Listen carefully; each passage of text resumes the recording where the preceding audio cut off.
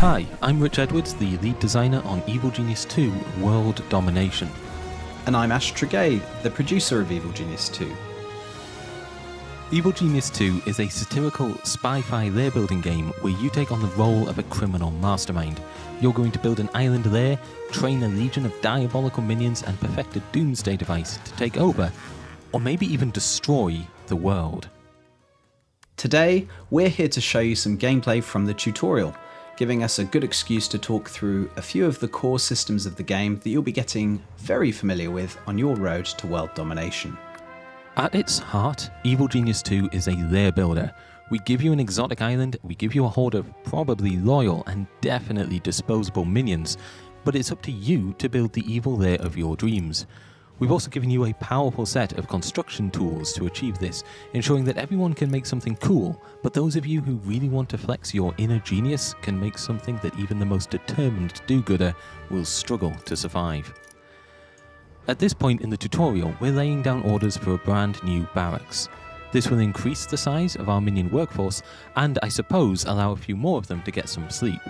As you can see here, we don't limit you to simple rectangles.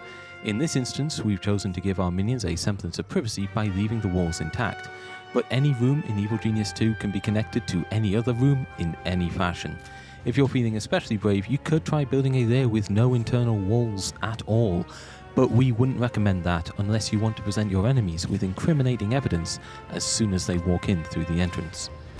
Now, as you can see, we have other construction orders in place and our minions are working hard to carry out our wishes, constructing more generators in our power room. This is important because if we run out of power, we're essentially defenseless. None of our traps, cameras or doors will function, and that leaves us wide open to attack. The name of the game is World Domination, so as cozy as our fledgling lair is, we will have to actually send our simple minions out into the world at some point, if we're ever going to take it for ourselves. Control rooms, like the one we're building here, form the hub of your criminal empire as you extend your reach across the world stage. These radio repeaters will provide us with broadcast strength. The more broadcast strength we have, the more criminal networks we can support, and the higher the level of any one criminal network, the greater the broadcast strength required to maintain it. And this is the world stage where you run your global operations. At the start of Evil Genius 2, the world is watched over by 5 forces of justice. Each of these organizations has a range of dangerous agents to deploy against you, not least of which are their relentless super agents. Together they make the world a good and righteous place, and we just can't have that. So let's establish a criminal network. First we'll select a region, then dispatch a small force of minions to scout it for various opportunities.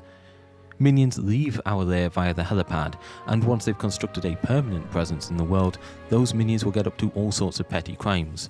This sends a small trickle of gold back to the lair, and soon we'll be able to send additional minions to complete a variety of evil schemes. Evil Genius 2 is a narrative-driven campaign game, with a very definite beginning and end point. Either you'll live to rule the world, or you'll die in the attempt. Though either way, you're going to live long enough to see yourself become the villain. On your journey through each of our 4 campaigns, you'll encounter a cast of larger-than-life characters, from the super agents we mentioned earlier, to opposing crime lords, all the way down to the lowly minion we just saw, who we're about to send to commit a crime. Back on the world stage, we can see that there's a scheme available to us. Schemes represent opportunities within reach of our criminal networks, and they can range from the simplest bank robbery, like this one that will only take a few simple workers, to far more demanding heists, which offer greater rewards. No matter how complex though, you are the genius and your focus is the lair. Your criminal networks are more than capable of handling the minutiae of a scheme once you've dispatched the correct minions to carry it out. Be careful though, because the more active your global operations, the more attention you'll get from the forces of justice. The main objective of each campaign will ultimately be to take the world for yourself, but we also offer a broad range of side stories for you to explore along the way.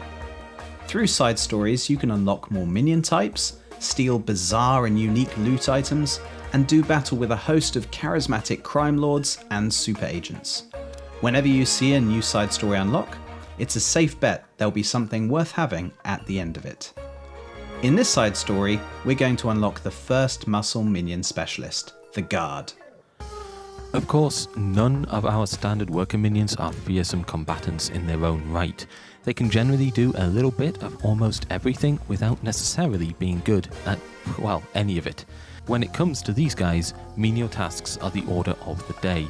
So what should we do when our minions don't know something? We send them to kidnap an expert. Once you have a holding cell and an interrogation chair, you can extract basic information from your enemies. Of course, to do that, you'll need to capture them first. Here, interrogating this guard reveals to us their secret. Punching bags. Now our minions have this critical piece of the puzzle, they can take it from there, under your direct instruction, of course. Once we've built a number of these items, we can train as many guards as we want, significantly improving the defenses of our lair. In the dev team, we talk a lot about the shoot them you idiots paradigm. No self-respecting evil genius micromanages each of their minions individually, they just say, shoot them you idiots, and let the minions figure out the rest. As the evil genius, you'll be issuing orders to your minions, then watch as they set about implementing those orders as best they can.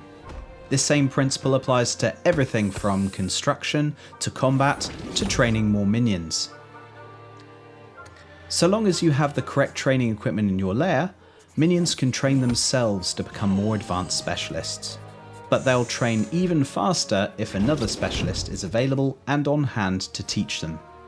Kidnapping that guard has caused the forces of justice to take at least a passing interest in our lair, and their first agent has just arrived, an investigator. Investigators are standard agents here to find evidence of suspicious activity. If they find anything and live to tell the tale, they will report back, and the forces of justice will dispatch more dangerous agent types. Be careful though, because if they don't report back, well, that's just a little bit suspicious too, and there's only so many highly trained, fully armed agents who can go missing before someone raises the alarm. Speaking of raising the alarm, we have our own. High Alert can be activated at any time to force your minions to defend the lair. In practical terms, this means they abandon any non-essential activities, such as eating and sleeping, and decide instead to patrol the corridors looking for intruders. Or at least your guards will. Your more cowardly minions may take the opportunity to hide instead.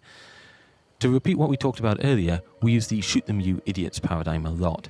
This time we mean it literally. If we want our minions to take care of this agent, we're going to need to issue a direct order. So let's drop the lair into high alert, select the intruder, and tag them for termination. Our minions should be able to take it from there, although if you're feeling particularly bloodthirsty, your genius can get involved too.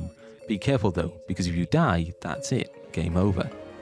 So whilst our guards are more than capable of taking on a standard agent, there are of course bigger threats to our plans.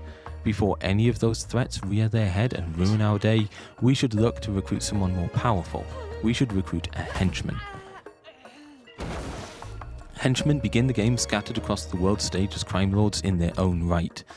Through side stories, you can choose which of these crime lords you want to defeat and which you want to convince or coerce to join you at your table. At this point, we're still getting started and a number of crime lords are eager to join our organisation on the ground floor. This means they can be more easily persuaded, but this is an important decision. Once we make a choice between them, the others will resent us for not choosing them, and we can expect to make a few enemies as a result. In this example, we've chosen to recruit Eli Barracuda Jr., a powerful melee henchman with a couple of unique abilities of his own, and a familiar face to fans of the original Evil Genius. Eli's charm ability can be used tactically in the cover operation to convince an agent that they shouldn't worry about what's behind the large ominous doors at the back of the casino, that actually they really don't want to be there and they should probably just leave the island immediately. When a more direct approach is called for, Eli's silver revolver turns him into a dangerous ranged combatant, at least for 6 deadly shots. Now all this takes place within the tutorial, and is just a small sample of what awaits you in your own journey towards world domination when Evil Genius 2 launches on Steam on March 30th.